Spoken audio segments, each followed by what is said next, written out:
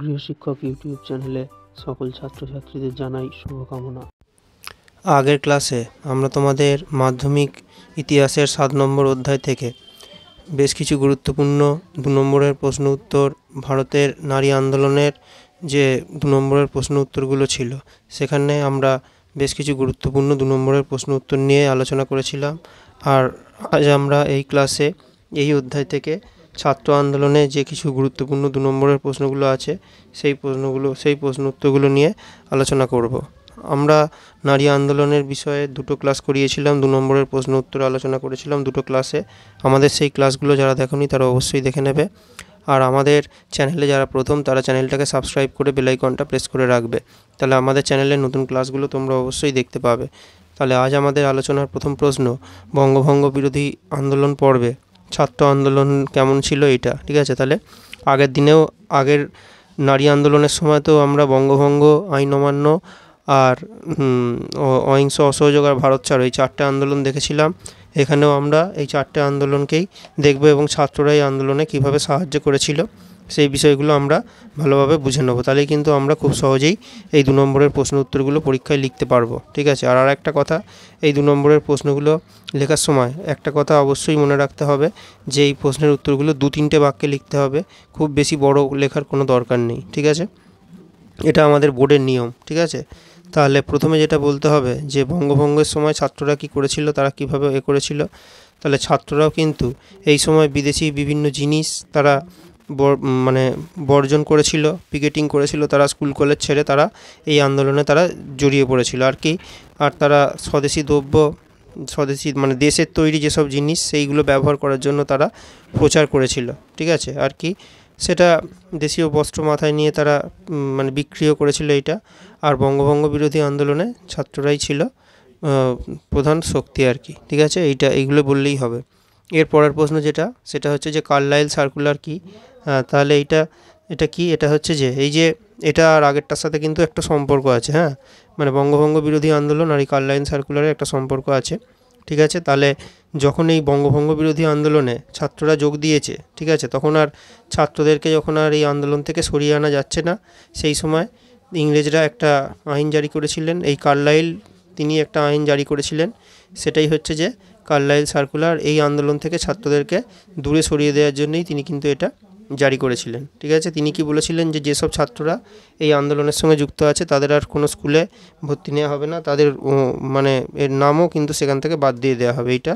আর সেই কলেজের নামও কিন্তু যে ছাত্ররা সেই কলেজে পড়ে তাদের সেই কলেজ থেকেও কিন্তু তাদের নাম বাদ দিয়ে দেওয়া হবে, এইসব কথা, ঠিক আছে।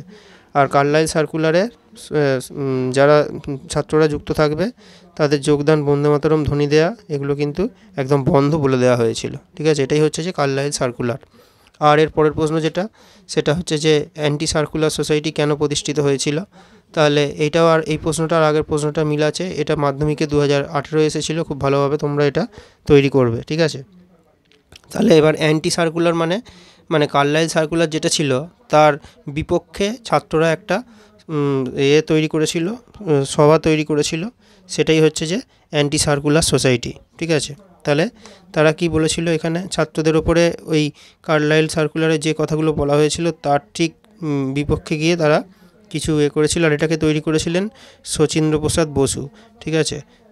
আর তারা কি বলেছিল যে যেসব ছাত্ররা স্কুল থেকে যেসব ছাত্রদেরকে তাড়িয়ে দেওয়া হবে তারা যাতে পড়াশোনা করতে পারে তার জন্য এরা ব্যবস্থা করবে এবং স্কুল কলেজ তারা তৈরি করবে, এইগুলো, ঠিক আছে। আর জাতীয় পরিষদ এবং বহু শিক্ষা প্রতিষ্ঠান তারা গড়ে তুলবে, এই কথাগুলোই তারা কিন্তু বলেছিল, ঠিক আছে। এইগুলোই অবশ্যই ভালোভাবে বলতে হবে, ঠিক আছে।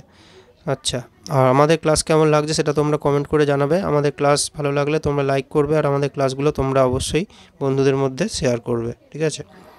আচ্ছা, আর একটা কথা, সেটা হচ্ছে যে তোমরা যারা ইতিহাস বাড়িতে পড়ছো তারা কিন্তু এই প্রশ্নের উত্তরগুলো অবশ্যই লিখে তৈরি করবে, কেননা ইতিহাসে তোমাদেরকে অনেক তাড়াতাড়ি পরীক্ষার হলে লিখতে হবে। আর তোমরা যখন লিখবে অবশ্যই ঘড়ির সামনে বসে সময় ধরে তোমরা লিখবে, তাহলে তবেই কিন্তু তোমরা পরীক্ষায় সব প্রশ্নের উত্তর লিখে আসতে পারবে।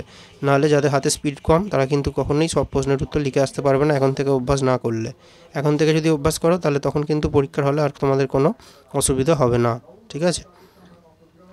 আর এর পরের প্রশ্ন সেটা হচ্ছে যে অহিংস অসহযোগ আন্দোলনের সময় ছাত্রছাত্রীদের কেমন ভূমিকা ছিল। তাহলে আবার ছাত্র আন্দোলন এবং অসহযোগ আন্দোলন আগের মতোই। তাহলে অসহযোগ মানে সরকারকে কোনোভাবে সাহায্য না করা বা সহযোগিতা না করা, ঠিক আছে। তাহলে অসহযোগ আন্দোলনে ছাত্ররা কিন্তু ভালো কিছু কাজও করেছিল, আবার কিছু খারাপ কাজও তারা করেছিল, ঠিক আছে। তারা কি করেছিল, দেশীয় বস্ত্রের ব্যবহার এই সময়, তারপর চরকার ব্যবহার, তারপর তারা অর্থ সংগ্রহ এইসব কাজগুলো করেছিল। আর নেতিবাচক কাজ মানে তারা বিদেশি জিনিস তারা বর্জন করেছিল, বিদেশি কাপড়, মদের দোকানের সামনে তারা আন্দোলন করেছিল, মিছিল করেছিল। এইভাবেই তারা কিন্তু অসহযোগ আন্দোলনকে তারা এগিয়ে নিয়ে গিয়েছিল, ঠিক আছে। এগুলো তোমরা পয়েন্ট করেও বলতে পারো, ঠিক আছে। এরপরে সেটা হচ্ছে যে আইন অমান্য আন্দোলন পর্বে ছাত্র আন্দোলন কেমন ছিল।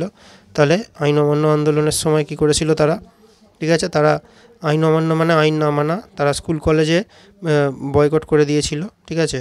আর কি আর কলকাতা, মধ্যপ্রদেশ, যুক্তপ্রদেশ, আসামের বিভিন্ন স্কুল কলেজে ছাত্ররা আইন অমান্যতে সক্রিয় ভূমিকা নিয়েছিল, ঠিক আছে। আর কি করেছিল তারা, আর ছাত্ররা ব্রিটিশ পতাকা নামিয়ে জাতীয় পতাকা, ভারতের যেটা জাতীয় কংগ্রেসের যে পতাকা, সেটা তারা তুলে দিয়েছিল, উত্তোলন করেছিল বা তুলেছিল। এইভাবেই তারা এই আন্দোলনে সাহায্য করেছিল। আর এর পরের প্রশ্ন যেটা, ভারত ছাড়ো আন্দোলনের সময় ছাত্র আন্দোলনের পরিচয় দাও। তাহলে এইগুলো প্রশ্নগুলো যাই দিক, ছাত্রদের ভূমিকা দিক, ছাত্র আন্দোলন কেমন ছিল, ছাত্র আন্দোলনের পরিচয় দাও, উত্তরগুলো কিন্তু প্রত্যেকটা একই হবে। ইতিহাসে অনেক সময় এরকম ভাষা শক্ত দিয়ে দেয়, তাতে তোমাদের ঘাবড়ে যাওয়ার কোনো দরকার নেই, তোমরা বুঝে লিখবে বিষয়টা, তাহলেই হবে, ঠিক আছে। তাহলে ভারত ছাড়ো আন্দোলনে এখানেও কি হয়েছিল, এখানে ছাত্ররা অনেক জায়গায় রেল লাইন, সেতু ভেঙে দিয়েছিল, তারা টেলিফোনের তার ছিঁড়ে দিয়েছিল, ঠিক আছে। আর কি আর কলকাতা, পাটনা, বেনারস, আহমেদাবাদে, উড়িষ্যায় ছাত্ররা কিন্তু প্রচণ্ড আন্দোলন করেছিল, ঠিক আছে। এছাড়া ছাত্ররা ভারতের অনেক জায়গাতেই কিন্তু তারা ধর্মঘট পালন করেছিল, ঠিক আছে। এইভাবেই ভারত ছাড়ো আন্দোলনে তারা গুরুত্বপূর্ণ ভূমিকা নিয়েছিল, ঠিক আছে। আর তোমরা এইগুলো ভালোভাবে তৈরি করো। পরের ক্লাসে আমরা তোমাদের এই অধ্যায় থেকে আরও কিছু গুরুত্বপূর্ণ 2 নম্বরের প্রশ্ন উত্তর নিয়ে আলোচনা করব।